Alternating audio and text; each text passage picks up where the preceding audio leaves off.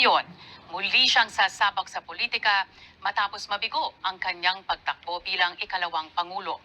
Ano pa nga ba ang kanyang maiaambag sa Senado? Former Senate President Tito Soto, maraming salamat po sa pagtanggap sa aming imbitasyon ngayong hapon. Maraming salamat din po, Carmina, at sa lahat po ng inyong tagapakinig, tagapanood. Salamat sa pagkakataon na ito, although we will have to do it on remote live streaming. I wish I could be there sa studio ninyo. Yun na nga po ang una kong tanong, bakit ho kayo nandyan kung saan man kayo naroroon at hindi namin kayo kapiling ngayon? Kasi una sa lahat meron akong taping ongoing dito sa TV5. At bukod doon, medyo ang hirap ng daan sa EDSA from this place to yours dahil doon sa ongoing concert rally na nangyayari mula kaninang umaga pa hanggang ngayon. So malabo ako makarating sa oras dyan at malabo rin ako makabalik dito pagkatapos ng ating harapan. Which brings me to the next question, Mr. Senator. Ano po ang pananaw nyo sa mga kilos protestang kasalukuyang nagaganap para sa impeachment ni Vice President Sara Duterte, laban sa budget for 2025 at laban din po sa korupsyon? Senator. Well, there is an issue on timing dito sa mga pinag-uusapan nila. I do not have the right to delve into whether tama o hindi ang impeachment. No? What I can probably give as my input is that always, pagdating sa impeachment, ang mga legislators, especially the Senate, must be impartial. At yung proseso ay dapat sundin. Kung mayroong nag-file ng impeachment, dapat asikasuhin nung House na dapat tumasikaso niyan. At kung ito naman ay makakarating sa Senado, ito rin ay dapat take up nila. But again, as I said earlier, medyo may problema sa timing because in about 1 or 2 weeks from now, I think they will go on a break. And if they do, then the resumption would be first week of June, something like that. There is an issue or there will be a debate on whether it has a carryover effect or not. Yun ang isa sa mga pagdidebatihan nila dyan at pag-uusapan nila sapagkat merong trend of thought saying that because there are 12 senators who will cross over into the 20th Congress, that means na may carryover at pwedeng ituloy kung may makasampang impeachment sa kanila. Bagamat, meron din on the other side, sasabihin naman, adjourn sine die kayo pagdating ng June. Adjournment sine die and therefore no day, without day. Ang ibig sabihin nun without day ang Congress. So yung 19th Congress will end. So that is the other side of the debate. So I don't know how they will resolve that. As I said, bottom line, my sense is that dito sa issue ng impeachment, timing ang problema. Senator, you're doing very well in the surveys. Tingin niyo ho ba pag sa usapin ng impeachment, mas makakabuti na ito ay aksyonan pag nakatungtong na po sa Senado yung mga bagong halal na senador, including yourself, kung papalarin? Well, una sa lahat, God permitting that I make it back into the Senate, no? And of course, with the help of our countrymen. Pero yung, kung ipa-file nila, I don't think matatapos nila Kung masasampa ngayon, I mean, I'm sorry, no, hindi pa-file, naka-file na nga pala. Kung makakasampa sa Senado, I don't think they'll be able to finish that by June. Baka rules pa lang pinagdidebatihan nila, baka mga 2 weeks na yun. So, it will carry over into the next Congress. So, kung talagang meron silang sense or ang issue ron sa impeachment ay may substance and tama ang inform and they submit it, then the next Congress will have to tackle it. Senator, kamakailan po ay nagdesisyon na ang Muntinlupa RTC Branch 205 na hindi na po pwedeng pigilan ang pagpapalabas ng pelikula tungkol sa aktres na si Pepsi Paloma. Dalawang tanong po, Senator Soto. Bakit po hindi mamatay-mamatay ang isyung ito laban po sa inyong kapatid? At pangalawa, tingin niyo ho ba'y ito'y makakaapekto sa inyong kandidatura? Well, hindi po. Kasi alam ko po ang pinagmulan yan. It was a showbiz gimmick 42 years ago. So, sa tagal-tagal ng panahon na wala namang problema sa brother ko yan eh. Meron lang nakaisip gumamit siguro ngayon yan. Baka pera pinag-uusapan dyan or merong gustong siraan. Yun lang ang pupuntahan yan. Talaga namang sa amin yan eh. Matagal na naming binasura sapagkat alam na mga namin kung anong pinagmulan niyan. Gustong makasingil ni Rey de la Cruz sa guesting ng mga artists niya na hindi nakasingil. Kaya yun ang pinagsimulan talaga nung wala ng iba. Senator, last time we talked at length, it was during the campaign period for election 2022. Ngayon po, kausap ko kayo bilang kandidato sa pagka-senador. Dati po, nung huli tayong nag-usap, pagka-kandidato po sa pagka-vice-presidente. So ang tanong, Senator Soto, bakit kayo tumatakbo ulit? Bakit kayo na naman? Wala na bang iba?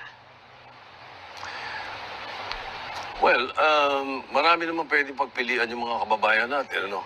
Pero yung sa akin kasi, kung hindi man kami naging matagumpay ni Senator Lacson, sapagkat meron kami mga gustong i-contribute noon, ito pagkakataon na ma-contribute namin uli ito, yung aming experience, yung aming expertise, not only in parliamentary rules and procedures, kung hindi sa paggagawa ng batas.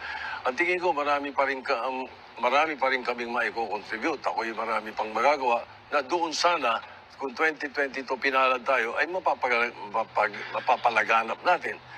Hindi nangyari yon at nagkaroon ng ibang takbo ng history. So, itong pagkakataon na ito, tingin ko, itong mga nakita kong in the last 2 years, na meron pang magandang pwede pang gawin sa legislatura. I don't have much to say about the executive department or the judiciary, but as far as the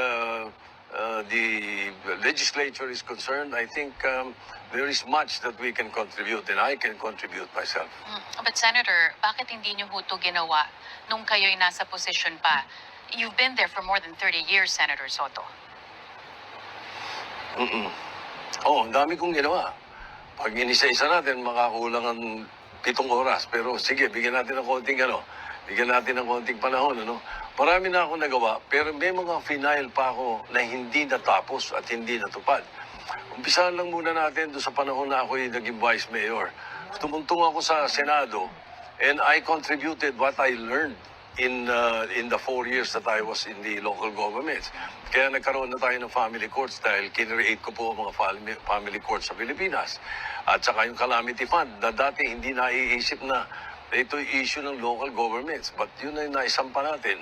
At yung mga cities, dati 4 na city sa Metro Manila, ginawa ko pong 16. Lahat ng Makati, Mandaluyong, lahat yan ay ginawa kong city sapagkat galing ako sa local government noon at alam ko ang pangangailangan ng internal revenue allotment nila ng mga panahon na yun. Pagdating naman nung natigil ako ng 2004 hanggang 2010, pagbalik ko ng 2010, yun naman ang improvement naman at saka doon namin pinasa yung Dangerous Drugs Act, yung mental health law, at saka itong free medical scholarship para sa mga gustong kumuha ng medicine proper. May mga naiwan kasi kami ngayon. May naiwan ako, yung right sizing, at saka yung takbo ng budget reform. Hindi lang yung dami ng batas na naipasa namin o naipasa ko ang mahalaga. Ang mahalaga ay nababantayan namin ang budget. Nababantayan namin ang gobyerno. We always exercise oversight over our laws, over the laws that we have principally authored, at principally sponsored. So yung ang mga mahalaga nakikita ko ngayon, like for example yung right sizing. Matagal ko nang pinipilit po na kailangan mag-right size tayo. Bakit? Ang budget ngayon, 6.3 trillion ang budget nila ngayon. Pero 65% of that goes to personal services. Ay di alam ng mga kababayan natin dyan. Eh dati pinipigil nga namin yan at gusto namin maging right size ang gobyerno, magkaroon ng early retirement program. But we were not able to do that in 2022 because they voted some other candidates. No? But this time, if we get the chance, and as I said, God permitting, we will push for that. Ano? And I will also push, nakita na natin in the last 12 years kung paano ang takbo ng anti-drug abuse program Hindi lang anti-drug abuse, kundi anti-drugs. Ano? Makita na natin yan. Of course, I was the principal author of the 9165, which is the Dangerous Drugs Act of 2002. At kitang-kita ko in the last 12 years kung paano i-improve. So, going back into the Senate, if I'm permitted to do so, I will create the Presidential Drug Enforcement Authority. I-incorporate natin ang Dangerous Drugs Board and the PDEA into one at magkakaroon ng overseeing over all the enforcement agencies in the entire country. Well, medyo mahabang explanation yun, pero in gist, more or less, yun ang isa sa mga importante gawin natin. And then, of course, the proliferation lately of fake news. Fake news, fake content. I think there must be a law to address fake news and fake content.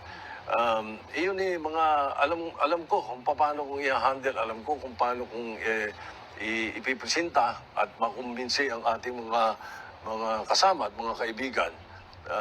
Meron pa rin tayong isa pang nakikita na tingin ko dapat ma-improve natin kasi nag-file sila nung tungkol doon sa divorce. Ang nangyayari doon sa divorce na the divorce bill,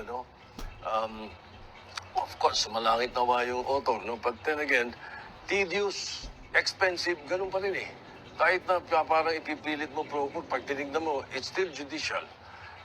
We were able to pass before the administrative adoption.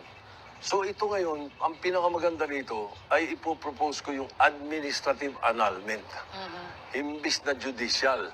Mas madali ngayon yan. At saka dadagdagan lang natin ng mga reasons for annulment. Hindi lang pwedeng psychological incapacity. I will push for infidelity and violence. Pagka pumapatak mo sa VAUSI, which also, I am also the principal author, kailangan yun na magamit natin para sa administrative annulment. Mas katanggap-tanggap yan sa society, sa religious, sa lahat. Okay. Mas katanggap-tanggap yan. Senator, kanina po nabanggit ninyo yung budget na kung kayo'y nasa posisyon, nung kayo'y nasa posisyon pa, talagang pinagtutuunan nyo to ng pansin. Let's talk about the budget for 2025. Yes. Meron ho bang maling nagawa? Hindi ko nakita kung paano proseso nila. Meron silang sinasabi, nabalitaan ko lang na meron daw mga blanco. At ang sagot ng isang House of Representative member nung Committee on Appropriations nila, ang sinabi ay sinabi rin nila sa Secretariat na ayusin. Ang point ko, nung sinabi kong hindi tama yun, mali yun. That is never done on any bill or any law that is going to be passed. Once you pass a law on second or third reading, for that matter, lalo na kung third reading, or nagpunta na ng BICAM at bumalik na, at ito'y i-ratify nyo na, hindi pwedeng galawin niya ng kahit sino, kahit period, kahit comma, kahit a mere wrong placement of that can have a different meaning for any sentence. And our practice before, especially when I was Senate President, is kahit na period yan, or kahit column yan, or semicolon yan, hindi ko pagagawa sa Secretariat yun. You bring it back to plenary and you pass it on third reading again. All right. Kailangan, the Congress, the Senate cannot delegate powers to the Secretariat. Ever. Hindi ginagawa yun. Even during the time of Senate President Salonga, Senator Maceda, Senator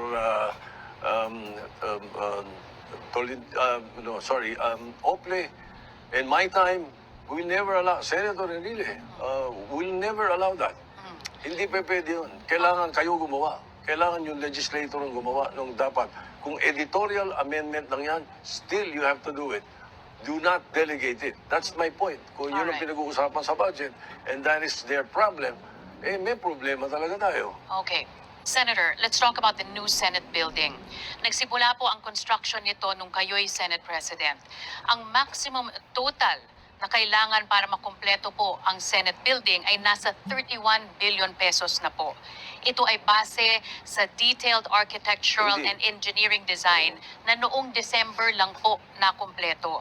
Naging makatarungan ba, Senator Soto, ang proseso at ang halaga sa pagpapatayo ng bagong Senate building? Pagpatawad po nila, pero hindi po ako papayag na maging 31 yun. Hindi po pwede yun. Nung pinasa namin yan at ginawa namin yan, inumpisahan namin yan ni Senator Lacson, 8 to 9 billion lang ang maximum niyan. Hindi nila pwedeng sa computation isasama nila yung pagkakabili namin ng lupa na 90,000 per square meter. Dahil 1 million per square meter ngayon, isasama mo sa computation yun. Mali yun. We will have to look into that.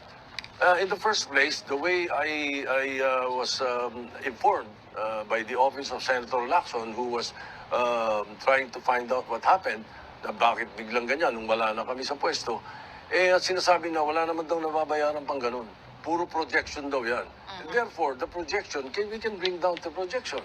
Pagka ganun. Nasa pag-handle yan eh. Nasa pag-handle ni Kanga ng ano eh. Yung projection na 31, pwede mo sabihin 40 billion eh. Pwede mo rin sabihin 15 billion. Pero including all the tinamaan ng pandemic, inflation and all that, ako tingin ko dyan, hindi pwedeng umabot ng mahigit 15 billion yun. Alright. Ngayon naman, Senator Soto, may mga may init na usapin sa ating bansa at nais naming malaman ang inyong pananaw at mga paninindigan sa mga ito. May 10 tanong po sa inyong harapan. Susubukan natin sagutin ang lahat na makakayanan sa loob ng 6 na minuto. There are cards here numbered 1 to 10. Pumili lang po kayo ng numero. Ako na pong bahala sa inyo. Okay, 5. 5. Dahil ba? Dahil ba nandyan kayo ngayon? Okay. Ang tanong po, ano Hindi, ang... lucky number kayo, number 5. Okay. Ang tanong po, ano ang pananaw mo sa breakup ng UNI-team? Well, for me, it's not an issue. It's not an issue. What matters is that you are elected in your position, gawin mo, gampanan mo. Ganun yan. Wala, yung ikangay affiliation with other groups or other political organizations should not have anything to do with your job. Just do your job. All right. Next number, Senator. Nakala ko isa. 2. 2. Siyempre. Ano ang masasabi mo sa paggamit ng confidential funds ni VP Sara Duterte? Dapat walang confidential funds. When I was Senate President, intelligence funds, confidential funds, zero. Di namin ginagamit kasi, or at the very least, dapat yan auditable. All right. Next number, Senator Soto. 8. Ang galing may sumigaw din dito ng 8 eh. Okay. Sa issue ng West Philippine Sea, tama ba ang ginagawang pivot ng administrasyon sa US mula sa China? Well, hindi ko sigurado kung what you mean by kung anong kilos na sinasabi mo ginagawa nila. I'm not very familiar with what is that. One thing is sure, I originally filed and I am the original author of the maritime zones. Because kung ang China may 9 dash line, tayo may sarili tayong 7 dash line or whatever they would want to call it. But the bill that I filed and they refiled after 2022 and now is a law, is creating or establishing the maritime zones of the Philippines. We cannot merely rely on UNCLOS, on what the UNCLOS says, United Nations Convention on the Law of the Sea. Pero hindi pwede yun. Kailangan maliwanag. Alin ang atin? And sa akin, at this point, if I get a chance to talk to President Marcos, I will suggest that, well, baka hindi naman advice, I would suggest that we try to come up with a co-venture with China. And explore. Kaya sila mainit dyan. Alam naman natin kung ba't sila mainit dyan eh. Mayaman eh. Yung South China Sea, mayaman yung West Philippine Sea. Alam natin yan eh. So mag-convention na lang tayo. Lahat ng sa area namin, 60-40. 60 Pilipinas, 40 kayo. O doon sa lugar ninyo, 60 kayo, 40 kami. Dapat ganun ang usapan dyan eh. Kaya we can simplify the matter. It's merely really trying to be diplomatic about things and sit down and be practical. Ano mga nasa isip ng China rito? Di ba? Pera-pera din yan eh. Senator Soto, naubusan na po tayo ng panahon, but we will now give you a chance to give your final statement. Bakit po kayo karapat-dapat maibalik sa Senado? Palagay ko po yung record ko will speak for itself. Never absent, never late. I am the only Senate President or Senator who was never absent and never late. Even during the crisis. Even during the pandemic. Kaya siguro, kung ang mga rami kong nagawa ko yung Bayanihan Law 1 and 2, nagawa ko lahat yan, it's because I'm very diligent in my work. I make sure that the votes that they give me, I will be trustworthy. I am confident that with God's help, we'll be able to deliver what they expect. Former Senate President Tito Soto, maraming salamat po. At yan ang Harapan 2025 kasama si Tito Soto. Maraming salamat at magandang araw.